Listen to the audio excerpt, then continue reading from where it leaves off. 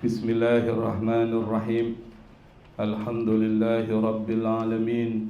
Allahumma salli wa sallim ala Sayyidina Muhammadin Al-Fatihi lima ughliq wal khatimi lima sabaq Nasiril haqqi bil haqq wal hadi ila siratikal mustaqim wa ala alihi wa ashabihi haqqa qadrihi wa miqdarihi al-azim. Subhanaka la ilma lana illa ma 'allamtana innaka antal alimul hakim. Wala haula wala quwwata illa billahil aliyyil azim. Rabbi israh li sadri wa yassir li amri wahlul 'uqdatam min lisani yafqahu qawli, amma ba'd. Pada kesempatan yang lalu kita sudah membahas tentang persoalan sujud syahwi. Nah, pada kesempatan kali ini kita akan membahas tentang persoalan solat sunnah. Solat sunnah yang pertama yang dibahas di dalam kitab ini adalah solatu qada'il hawaij. Solat qada itu artinya untuk memenuhi, untuk mendapatkan. Memenuhi apa? Al-hawaij. Al-hawaij ini artinya jamak dari hajah. Hajah itu artinya kebutuhan. Makanya kita bilang ada hajat nih anak nih. Maksudnya ada kebutuhan. Jadi bahasa hajat itu diambil dari bahasa Arab. Tapi yang repot kita bilang buang hajat. Itu masa buang kebutuhan. Nah, ini yang repot nih. Buang hajat dulu ah. Jangan bilang buang hajat, buang air gitu. Karena kalau buang hajat nggak enak banget dengarnya itu. Bagaimana pendapat para ulama terkait dengan persoalan tersebut? Yundabu. Yundabu itu artinya disunahkan. Sama dengan yustahabbu, sama dengan yusannu. Itu artinya disunahkan. Kalau kita menggunakan tasrif, ini namanya fi'il mudhari majhul. Majhul itu maksudnya kalau dalam bahasa Indonesia disebut dengan kalimat pasif. Misalnya seperti yadribu, artinya apa yadribu? Memukul. Kalau dipukul yudrabu. Itu namanya fi'il majhul. Kalau dalam bahasa Indonesia disebut dengan kalimat pasif, tapi bahasa Inggris disebut dengan passive voice. Nah, passive voice pan, tahu pan passive voice? Enggak tahu. Tidur mulu sih. Yundabu disunahkan. Sunahkan buat siapa? Liman, bagi orang kanat lahu hajah, yang punya kebutuhan. Lahu ini larinya ke man tuh, yang mempunyai kebutuhan. Sama saya bilang kanat li haja, saya punya kebutuhan. Masyru'atun, kebutuhan yang sesuai dengan agama. Bukan kebutuhan yang melanggar agama, bisa juga. Karena kata syara'a dalam bahasa Arab artinya banyak. Arti yang pertama adalah membuat syariat. Arti yang kedua mempunyai rencana, syara'a. Arti yang ketiga merencanakan sesuatu untuk melakukan, itu syarak. Termasuk dari kata ini muncul kata syar'i. Syar'i itu adalah sesuatu yang sesuai dengan syariat. Maka kalau digabungkan ini, yundabu liman kanat lahu hajatun masru'atun, disunahkan bagi orang yang mempunyai kebutuhan yang sesuai dengan syariat, artinya tidak melanggar agama. Maka orang itu disunahkan apa? Ayyusalliya rak'ataini lillahi ta'ala. Dia melaksanakan sholat 2 rakaat lillahi ta'ala, karena Allah subhanahu wa ta'ala. Maka dari perkataan ini bisa kita simpulkan bahwa hukum melaksanakan sholat hajat ini hukumnya adalah sunnah. Nanti terjadi perbedaan pendapat di kalangan para ulama terkait dengan rokaatnya. Apakah 2 rokaat atau 4 rokaat? Di dalam kitab ini tidak disebutkan. Nanti kita akan bahas. Kenapa disebut dengan sunnah? Tentu ada dalilnya. Itulah Islam. Sekali lagi Islam nggak bisa ngomong sembarangan. Setiap perkataan harus ada dasarnya. Harus ada rujukannya. Harus ada dalilnya. Dalilnya apa? Hadis Abdullah bin Abi Aufa. Hadis yang diriwayatkan oleh seorang sahabat Nabi yang bernama Abdullah bin Abi Aufa. Abdullah bin Abi Aufa ini termasuk sahabat Nabi yang ikut di dalam peperangan Hudaybiyah. Satu. Ikut baiat di dalam baiat Ridwan kalau kita baca sejarah itu. Dan beliau juga termasuk orang yang mengikuti peperangan Khaybar dan peperangan-peperangan lain. Beliau tinggal di Madinah sampai Rasulullah Sallallahu Alaihi Wasallam wafat. Jadi sampai Rasulullah wafat dia masih di Madinah. Ketika Rasulullah meninggal dia pindah ke Kufah. Kufah itu ada di Irak. Di Irak, Baghdad. Jadi Irak itu terkenal dua, Kufah dan Basrah. Dulu tuh. Sekarang ya jadi tidak terdengar lagi istilah itu. Tetapi yang terkenal adalah Irak. Ibu kotanya Baghdad. Di dalam hadis yang diriwayatkan Abdullah bin Abi Aufa, Nabi Muhammad sallallahu alaihi wasallam bersabda, "Man kana lahu indallahi hajatun." Barang siapa yang memiliki hajat, kebutuhan di sisi Allah, au ila ahadin min bani Adam, atau hajat kepada salah seorang anak cucu Adam, maksudnya ada kebutuhan dengan orang lain gitu maksudnya. Kebutuhan kita kan bisa dengan Allah, minta sama Allah. Ada juga butuh sama orang lain.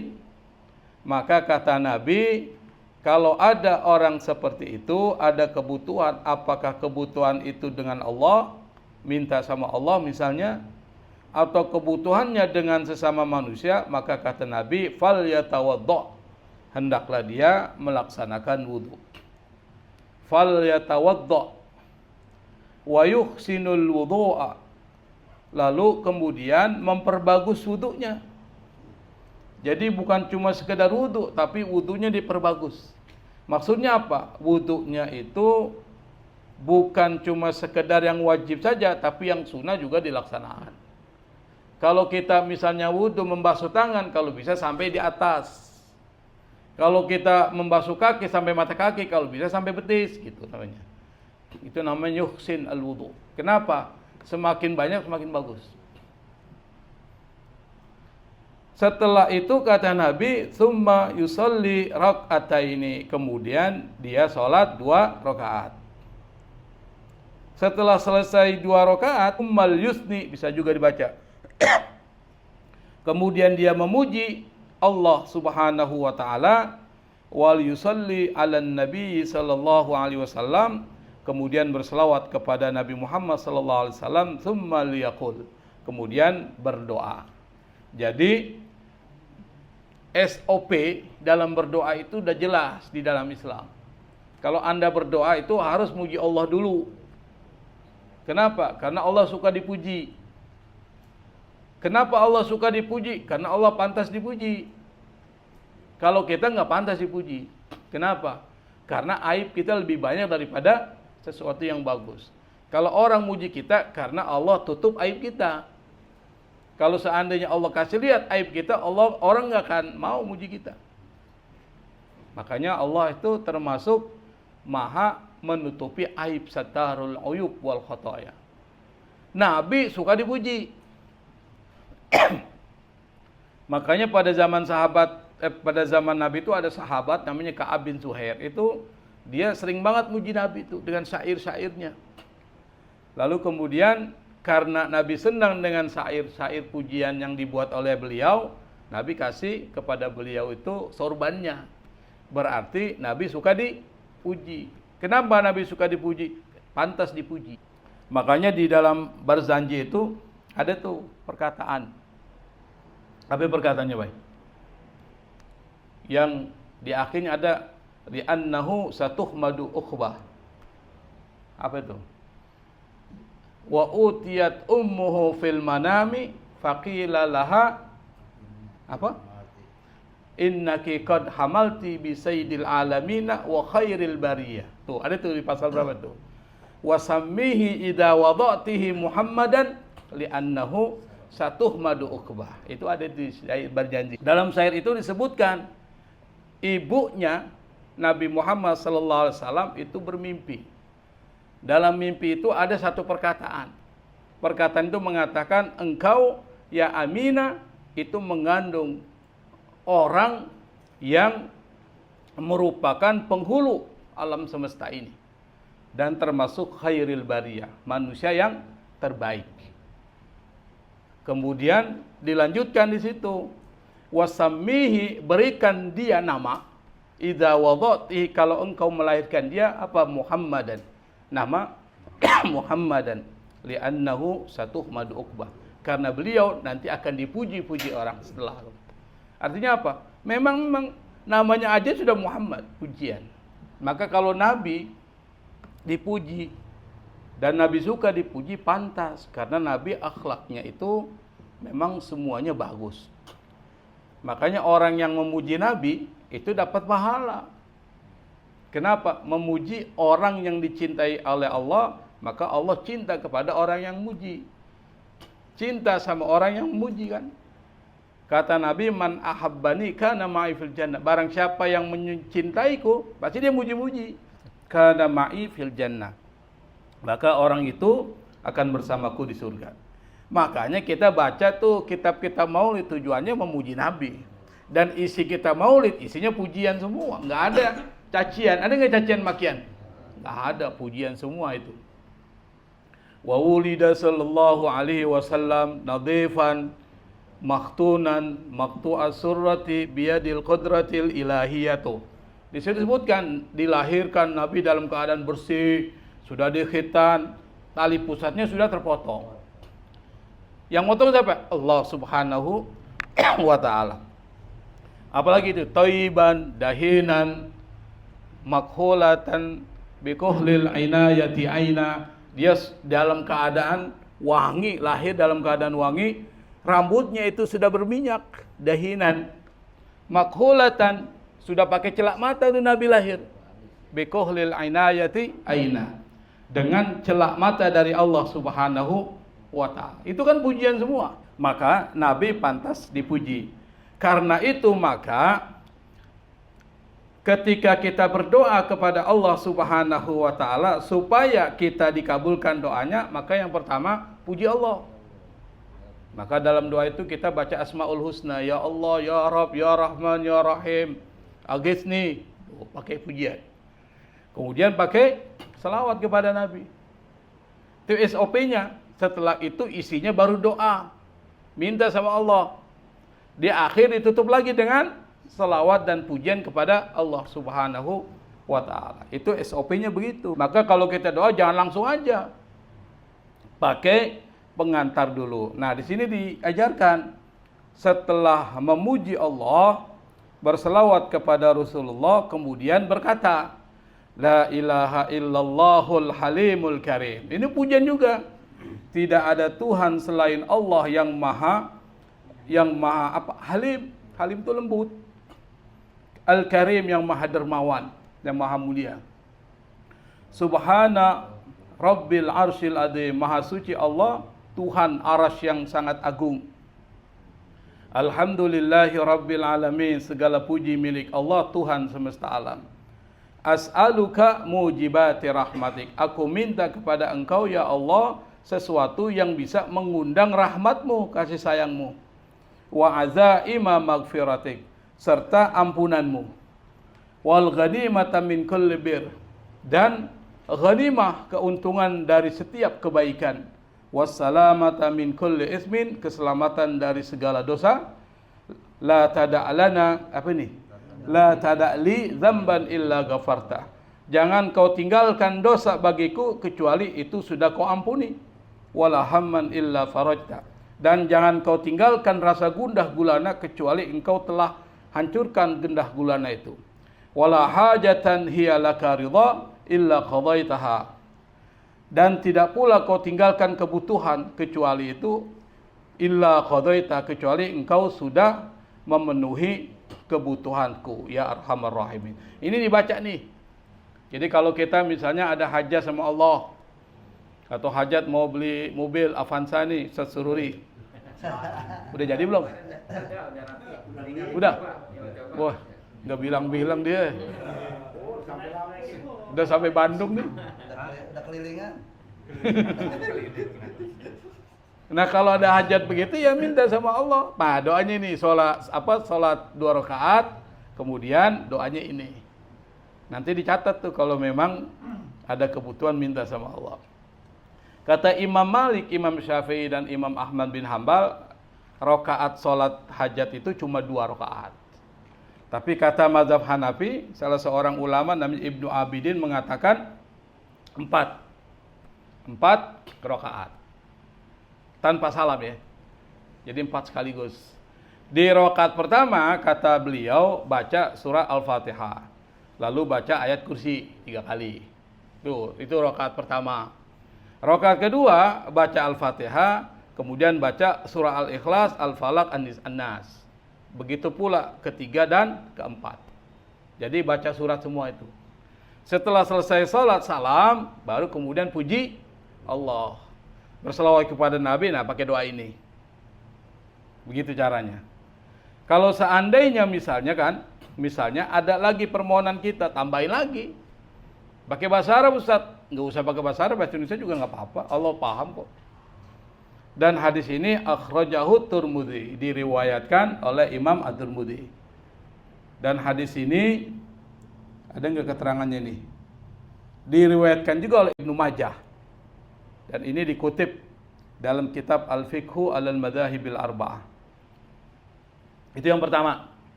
Salat qada'ul hajat. Tapi kata Imam Ghazali, tadi kan 3 mazhab mengatakan 2 rakaat. Malik, Syafi'i dan Ahmad bin Hambal. Mazhab Hanafi mengatakan berapa? 4 rakaat. Imam Al-Ghazali mengatakan 12 rakaat. Jadi kalau kita ikut Imam Al-Ghazali, meskipun beliau mazhab Syafi'i, dia mengatakan 12 rakaat. Ini bisa ditemukan dalam kitab Ihya Ulumuddin. Dia mengatakan siapa yang sholat 12 rakaat, maka doanya dan hajatnya dikabulkan oleh Allah Subhanahu wa ta'ala. Tapi sholatnya 2. Berapa kali itu? 6 kali. Jangan 12 rakaat sekaligus, lupa ente.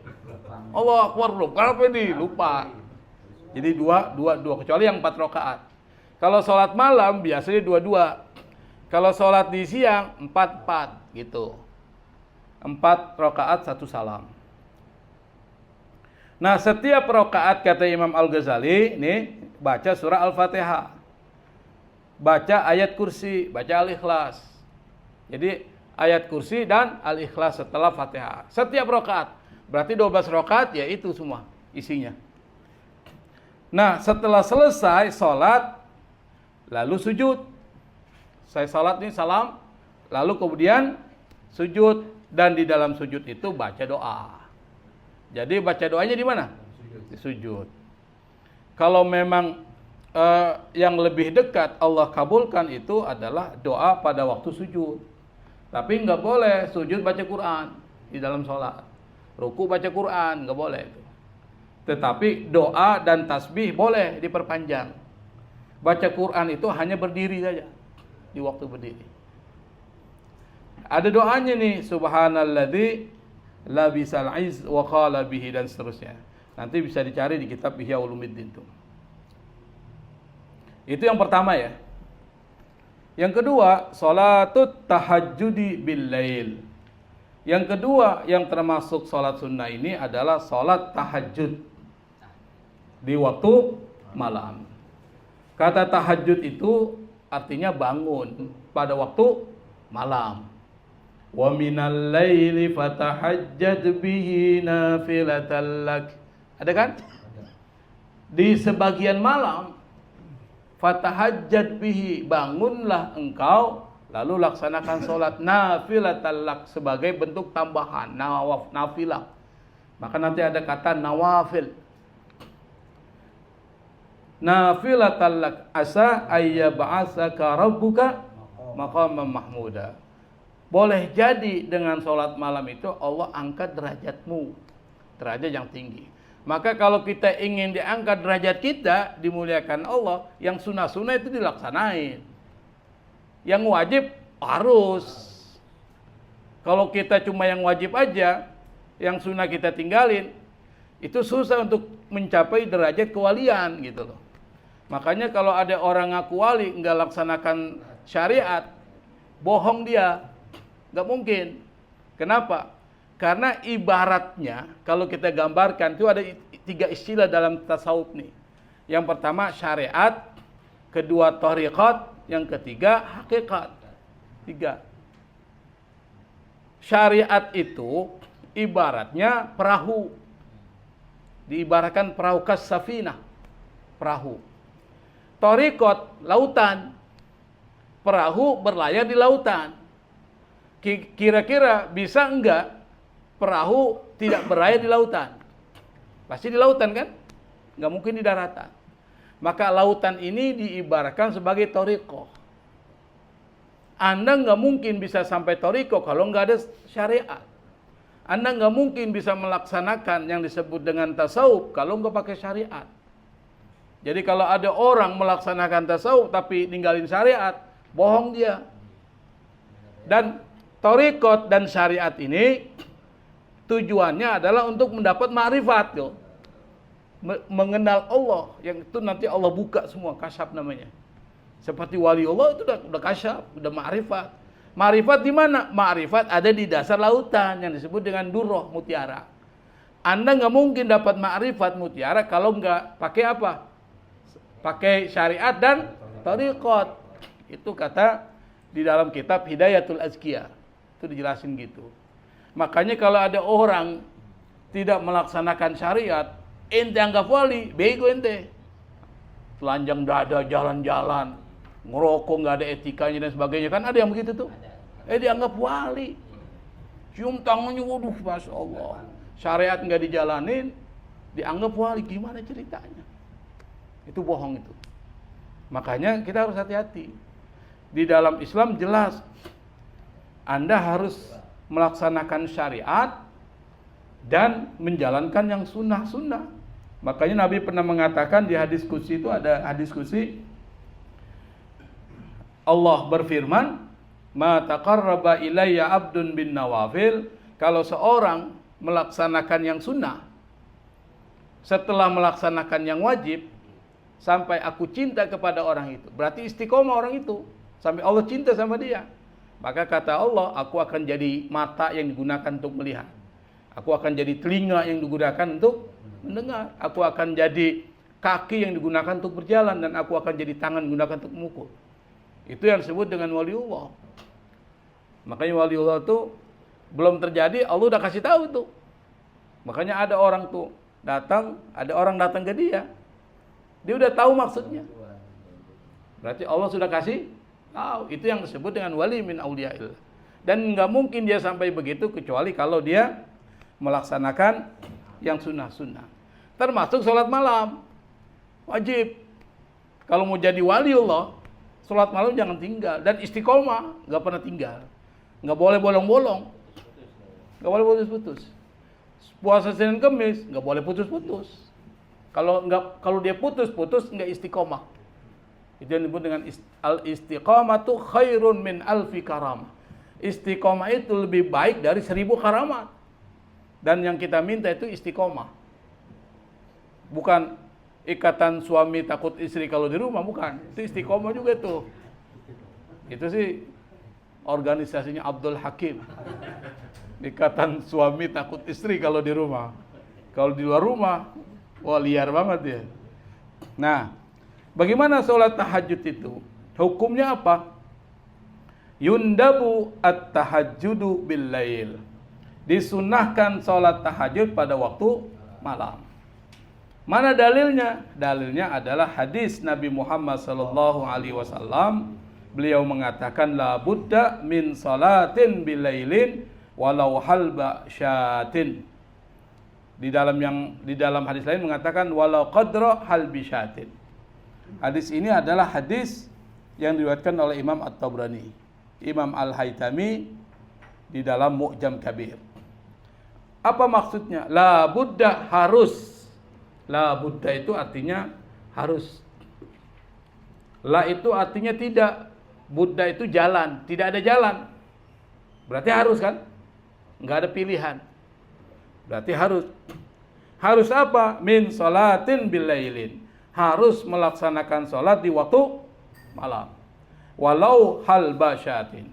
Meskipun dengan jumlah bilangan rakaat yang enggak banyak, maksudnya itu. Halba syatin. Halba itu artinya memerah. Syatin itu domba. Itu halba syatin.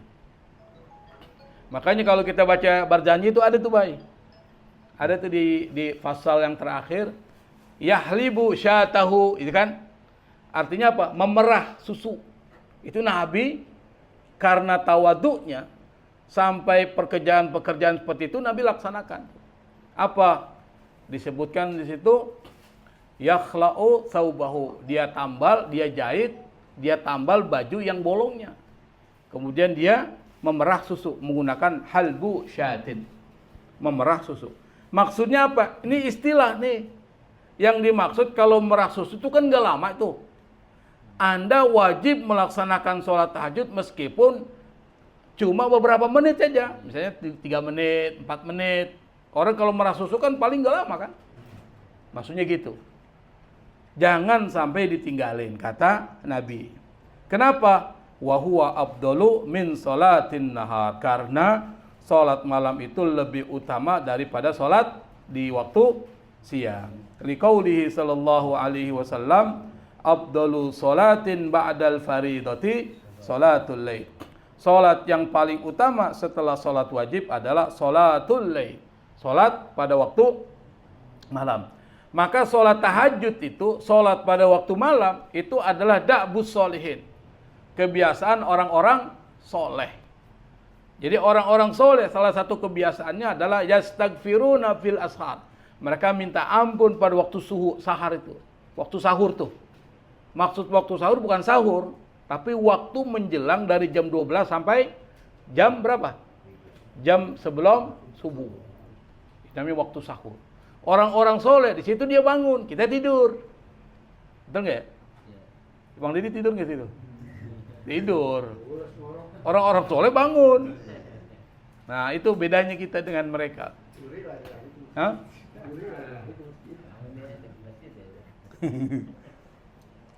Nah, wa sholatul laili, salat malam itu hiya faridatun ala sayyidina Muhammad sallallahu alaihi wasallam. Salat malam itu wajib buat Nabi, buat kita sunnah. Maka Nabi yang berat-berat itu diberikan ke Nabi. Misalnya apa? Musibah. Musibah yang paling berat itu yang diberikan kepada para Nabi dan Rasul. Salah satu contoh Nabi Ibrahim. Ada nggak orang yang mampu diberikan musibah seperti Nabi Ibrahim tuh? Apa? Perintah memotong anaknya. Nggak ada satupun yang mampu dan berani. Tapi Nabi Ibrahim berani. Makanya karena dia mampu menjalani dan sabar terhadap ujian tersebut, maka Allah angkat dia. Jadi semakin berat ujian kita, semakin kita diangkat oleh Allah. Kalau kita lulus. Makanya sholat malam itu bagi Nabi Muhammad sallallahu alaihi wasallam itu hukumnya adalah wajib. Bagi kita hukumnya sunnah. Pertanyaannya adalah, sholat tahajud boleh nggak tanpa tidur? Karena istilah tahajud itu bangun di waktu malam. Ini perlu dibahas. Di dalam kajian fikih Islam, terutama pendapat mazhab Syafi'i, Imam Rafi'i, beliau mengatakan wajib tidur malam dulu. sebelum menunaikan sholat tahajud. Itu kata Imam Rafi'i dari mazhab Syafi'i, dan itu ada dalam kitabnya Asy-Syarhul Kabir. Kata beliau, at-tahajjudu yaqa'u 'ala salati ba'da an-naum wa amma as-salatu qabla an-naum fala tusamma tahajjudan. Kata beliau dalam kitab Asy-Syarhul Kabir, beliau mengatakan tahajud itu adalah salat yang dilaksanakan setelah tidur, ba'da an-naum. Wa amma sholatu qabla naum, adapun salat yang dilakukan sebelum tidur, fala tusamma tahajjudan, tidak disebut tahajud. Maka kalau kita mau sholat tahajud jangan begadang. Begadang nanti jam 12 baru sholat tahajud. Itu bukan tahajud. Tahajud itu artinya bangun dari tidur malam. Tapi ada juga pendapat yang mengatakan boleh sholat tahajud tanpa diawali tidur dulu, dan ini juga pendapat dari mazhab Syafi'i. Jadi ada dua versi, tetapi versi yang paling kuat adalah tidur dulu, karena istilah tahajud itu bangun di waktu malam. Itu yang perlu dipahami. Pertanyaan yang kedua, kapan waktunya? Apakah waktunya jam 12 malam? Itu yang sering kita dengarkan. 12 malam baru kita bangun sholat tahajud. Nah, yang dimaksud waktu sholat tahajud itu adalah ada waktu yang sangat utama, ada yang waktu lebih utama, ada yang paling utama. Ada yang disebut dengan waktu yang sangat utama. Kapan dikerjakan? Setelah sholat isya, setelah tidur. Jadi setelah sholat isya nih dia tidur. Bangunlah dia jam 10 malam, dia boleh sholat tahajud. Jam 10 malam. Tapi harus didahului oleh tidur. Itu namanya waktu sangat utama. Dia tidur nih habis sholat isya, bangun jam 9. Boleh nggak sholat tahajud? Boleh. Yang kedua, ada waktu lebih utama. Kapan tuh waktu lebih utama sholat tahajud? Pada sepertiga malam.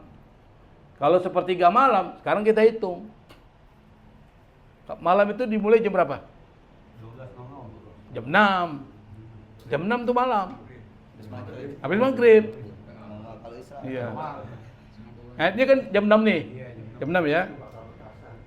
Waktu subuh jam berapa? Jam 5 lah. 5 kan? Berarti 6 sampai jam 5. Berarti kalau dihitung jam 7, jam 8, jam 9, jam 10, 11, 12, 13, 14, 15, maksudnya jam 3 ya. Baru jam 4, berarti 10 kan? Jam 10. Nah sekarang 10 bagi 3.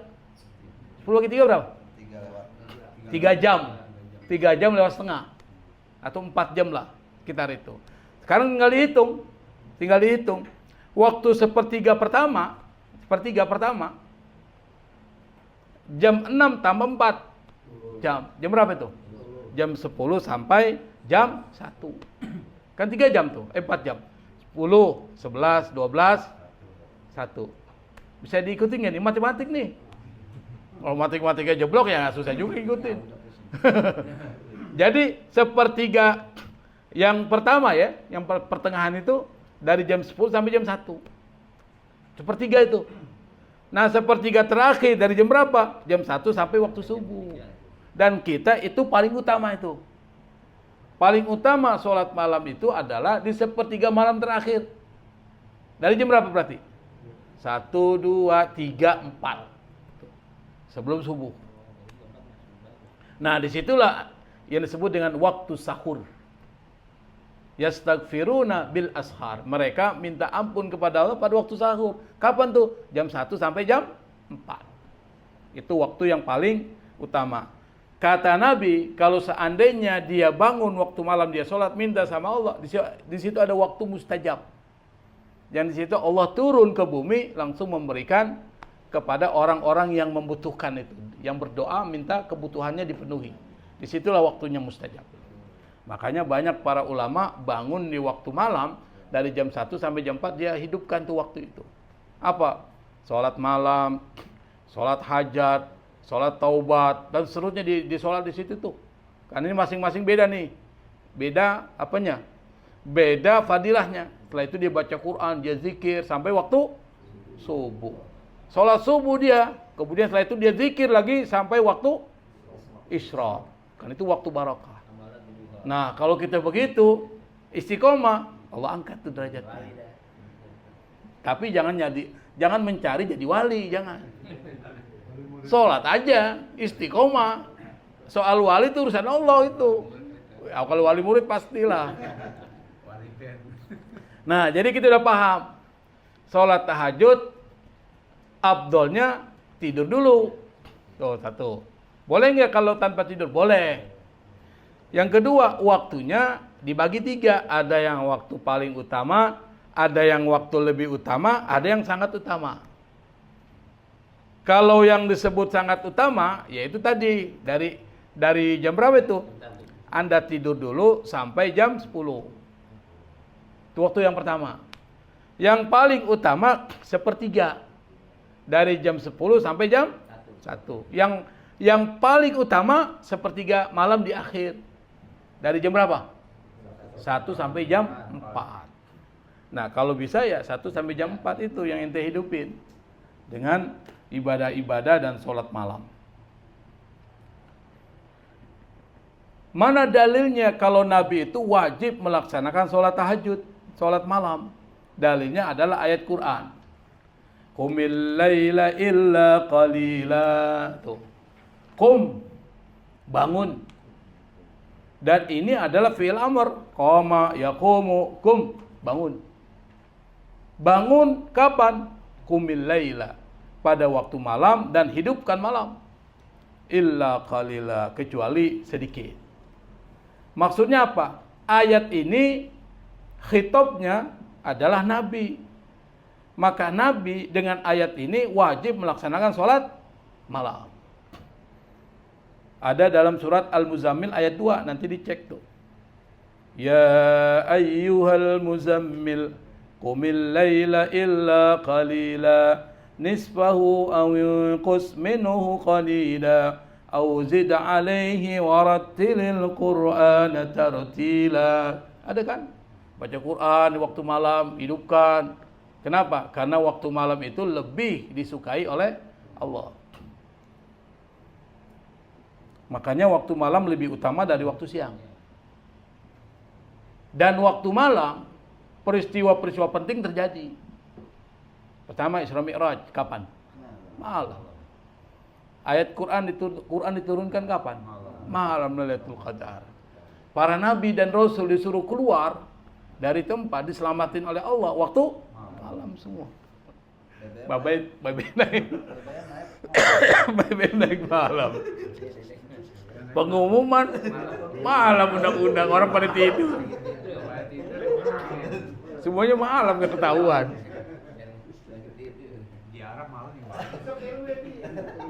Pemilihan RW malam nanti.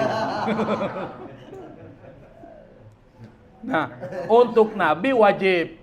Makanya Nabi nggak pernah ninggalin tuh sampai bengkak-bengkak kakinya. Ya kalau Nabi aja udah dijamin surga, masih bengkak-bengkak kakinya sholat malam. Kita yang belum dijamin. So-soan lagi nggak mau sholat malam, misalnya kan. Bayangkan itu. Hah? Aku wali lagi nggak sholat malam, ngaku wali. Wa fi haqqil ummah, untuk umat Nabi, nih, salatul laili mandubatun. Salat malam itu mandubah. Apa mandubah? Sunnah. Cuma disunahkan. Artinya apa? Kalau ente nggak ngelakuin juga nggak apa-apa lah, karena ini berat sih. Kalau Nabi wajib, karena Nabi contoh. Wa afdalul mandubati fis shalah, dan hal-hal sunnah yang paling afdal terkait dengan sholat itu apa itu? Wan nasu niyamun ghafiluna an dzikrillahil azam. Yaitu manusia pada saat ente bangun waktu malam, manusia banyak yang tidur. Makanya dianggap berat tuh sholat malam. Kalau orang bisa mengendalikan rasa tidurnya lalu sholat malam, maka orang ini orang mulia. Itulah para nabi dan rasul. Setiap waktu malam mereka hidupkan. Wan nasu niyamun, manusia pada waktu malam tidur niyam. Ghafilun, lalai an dzikrillahil azam, lalai lupa dari mengingat Allah Subhanahu wa taala karena kan tidur. Apalagi kalau kita main domino sampai jam 1 tidur, udah lupa sudah tuh. Subuh lewat itu. Nah, itu salat yang kedua. Yang ketiga, sampai di sini nanti insyaallah kita akan bahas. Salatul istikharah. Salat istikharah. Kata istikharah itu dari kata istakhara. Kata istakhara dari kata khair, kebaikan. Istakhara artinya meminta sama Allah mana yang baik. Jadi diserahin sama Allah, bukan kita yang nentuin. Karena kalau kita nentuin belum tentu baik. Tapi kalau Allah yang nentukan itu pasti baik. Wa yundabu salatul istikharati indama yahummul insanal muslima bi'amalin wa huwa mutaraddidun. Disunahkan salat istikharah itu bagi ketika sesuatu membuat seseorang itu bingung tuh. Seorang muslim itu bingung. Bi'amalin, untuk melakukan satu perbuatan, wa huwa mutaraddid, dia bimbang. Ini benar apa kagak nih? Dilakuin apa kagak nih? Itu dia bimbang tuh, mutaraddid. Ana mutaraddid, saya ini bimbang. Ngakuin jangan deh, itu namanya mutaraddid. Bingung. Lam ya'zim ba'du. Dia tidak mempunyai ketetapan tekad untuk melakukan itu, dia bingung. Warawa Jabir bin Abdullah. Jabir bin Abdullah meriwayatkan. Nah, Jabir ini ketemu lagi kita nih. Salah seorang sahabat Nabi yang masuk kategori 7 periwayat hadis terbanyak. Kata Jabir bin Abdullah radhiyallahu anhu dia berkata, kana Rasulullah sallallahu alaihi wa alihi wa sahbihi wasallam yu'allimunal istikharata fil umuri kulliha. Rasulullah sallallahu alaihi wasallam ngajarin kita. Apa itu? Istikharah, salat istikharah. Fil umuri kulliha, dalam semua urusan. Kama yu'allimuna surata minal Qur'anil Karim, sebagaimana Rasulullah mengajarkan kepada kita surat Al-Qur'an. Yaqulu, dia berkata, Rasul berkata, idza hamma ahadukum, apabila salah seorang dari kalian itu bingung bil amri, tentang satu urusan, maka solusinya kata Nabi fal yarka, maka hendaklah dia ruku, maksudnya salat. Karena salat itu dikategorikan ruku. Fal yarka raq'ataini min ghairil fardhah, maka dia laksanakan salat 2 rakaat selain salat fardu. Setelah selesai melaksanakan salat istikharah, lalu kemudian dia membaca doa. Apa doanya? Nah, doanya doa populer, dipakai semua. Doanya adalah Allahumma inni astakhiruka bi'ilmik. Ya Allah, aku meminta kepada Engkau memberikan pilihan yang terbaik dengan ilmu-Mu. Jadi kita serahkan sama Allah. Wastaqdiruka biqudratik, dan aku minta diputuskan dengan kekuasaan-Mu. Wa as'aluka min fadlikal azim, dan aku minta kepada Engkau keutamaan fadilah yang besar, atau karunia-Mu yang besar. Fa innaka taqdir wala aqdir. Engkau mempunyai kekuasaan, aku tidak mempunyai kekuasaan untuk itu. Maksudnya Engkau mampu, saya tidak mampu. Wa ta'lamu wala a'lam. Engkau lebih tahu, saya tidak mengetahui. Wa anta 'allamul ghuyub, dan Engkaulah Maha mengetahui segala sesuatu yang gaib yang tidak terlihat. Allahumma in kunta ta'lamu anna hadzal amra khairul li. Ya Allah, jika Engkau mengetahui bahwa urusan ini baik buatku, fi dini, dalam persoalan agamaku, wa ma'ashi, dalam persoalan hidup dan kehidupanku, wa akibata amri, dan akibat dari urusanku ini. Atau dia mengatakan ajila amri wa ajili, baik urusan yang akan datang atau yang tertunda, misalnya yang ditangguhkan, faqdirhu li, wa yassirhu li, maka tetapkanlah itu untukku dan mudahkan aku untuk mendapat sesuatu yang kau tetapkan itu. Summa barik li fihi, kemudian berkahi dalam persoalan yang sudah kau tetapkan dan sudah kau mudahkan. Wa in kunta ta'lamu anna hadzal amra syarrul li, jika engkau mengetahui bahwa urusan ini adalah buruk buat saya, fi dini wa ma'ashi wa aqibati amri, apakah itu dalam persoalan agamaku, kehidupanku, atau akibat dari urusan ini, atau dia mengatakan baik urusan yang hari ini ataupun yang berikutnya, fasrifhu anni, maka palingkanlah dia dariku, wasrifni anhu, dan palingkan aku darinya, waqdir lil khaira, dan tentukan buatku kebaikan, haitsu kana, dimanapun kebaikan itu ada. Summa ardini bi, kemudian berikan keriduanmu kepadaku. Qala, lalu Nabi mengatakan, wa yusamma hajatahu, dia kemudian menyebutin apa kebutuhannya. Ini nanti dicatat nih. Kalau kita misalnya mau sholat istikharah.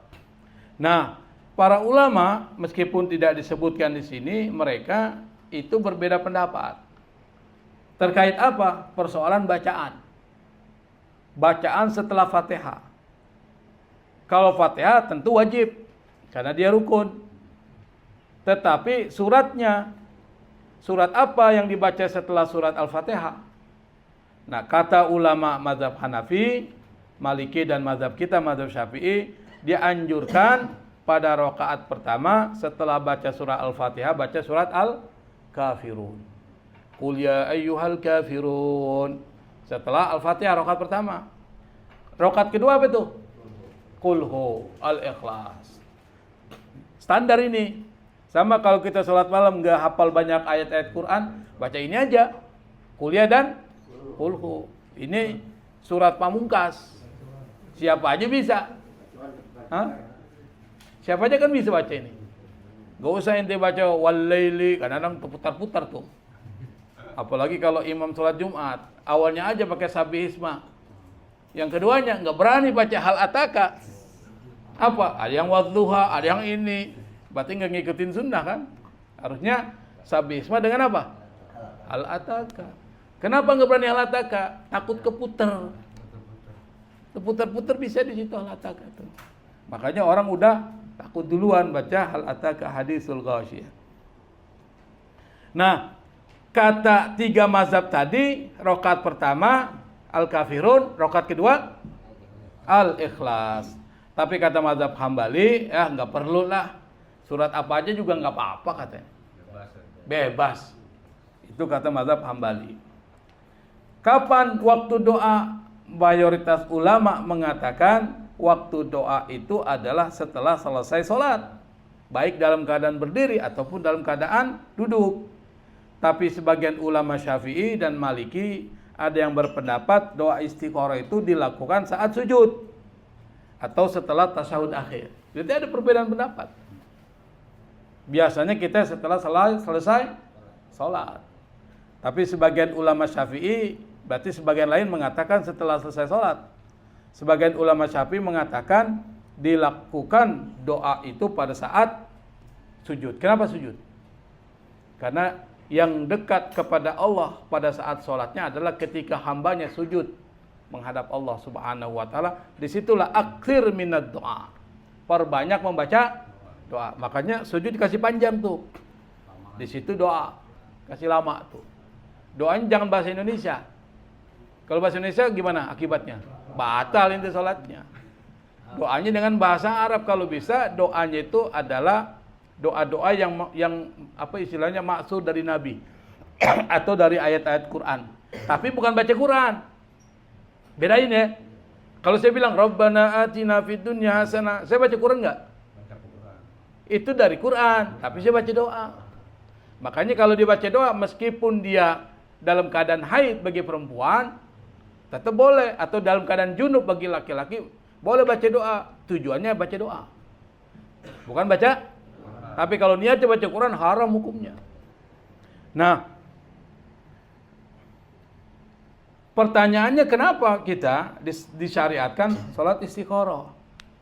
Satu, kenapa? Karena kita banyak nggak tahu apa yang akan terjadi.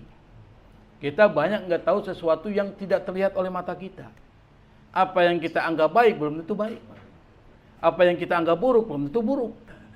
Makanya dalam Al-Quran disebutkan asa an takrahu syai'an wa huwa khairul lakum. Boleh jadi engkau benci sesuatu dan itu lebih baik buat engkau. Wa asa an tuhibbu syai'an wa huwa syarrul lakum. Boleh jadi engkau mencintai sesuatu dan itu buruk buat kalian. Maka disinilah kita minta Allah ikut campur urusan kita. Serahin sama Allah. Ya Allah, saya punya pilihan ini, putuskan sesuai dengan keinginanmu. Kalau ternyata itu yang diputuskan, maka kita akan melaksanakan. Itu pasti baik buat kita. Jadi jangan kita, kalau kita ini menentukan sesuatu, pasti ada motif dan kepentingan. Maka salah satu tujuan dari sholat istikharah itu adalah talabul hidayati minallahi ta'ala liyattakhidal muslimu al-qarar as-sa'ib alladhi yardallahu dan seterusnya. Tujuannya adalah meminta petunjuk. Yang kedua, menyerahkan urusan kepada Allah, tawakal. Dan yang ketiga, hati kita akan tenang. Kenapa? Allah ikut campur urusan kita. Allah yang nentuin urusan kita. Hati jadi tenang. Kalau hati tenang, sehat. Kalau sehat, kita bisa melaksanakan aktivitas. Tapi serahin sama Allah hasilnya. Itulah orang muslim. Wa 'alallahi falyatawakkalul mutawakkilun.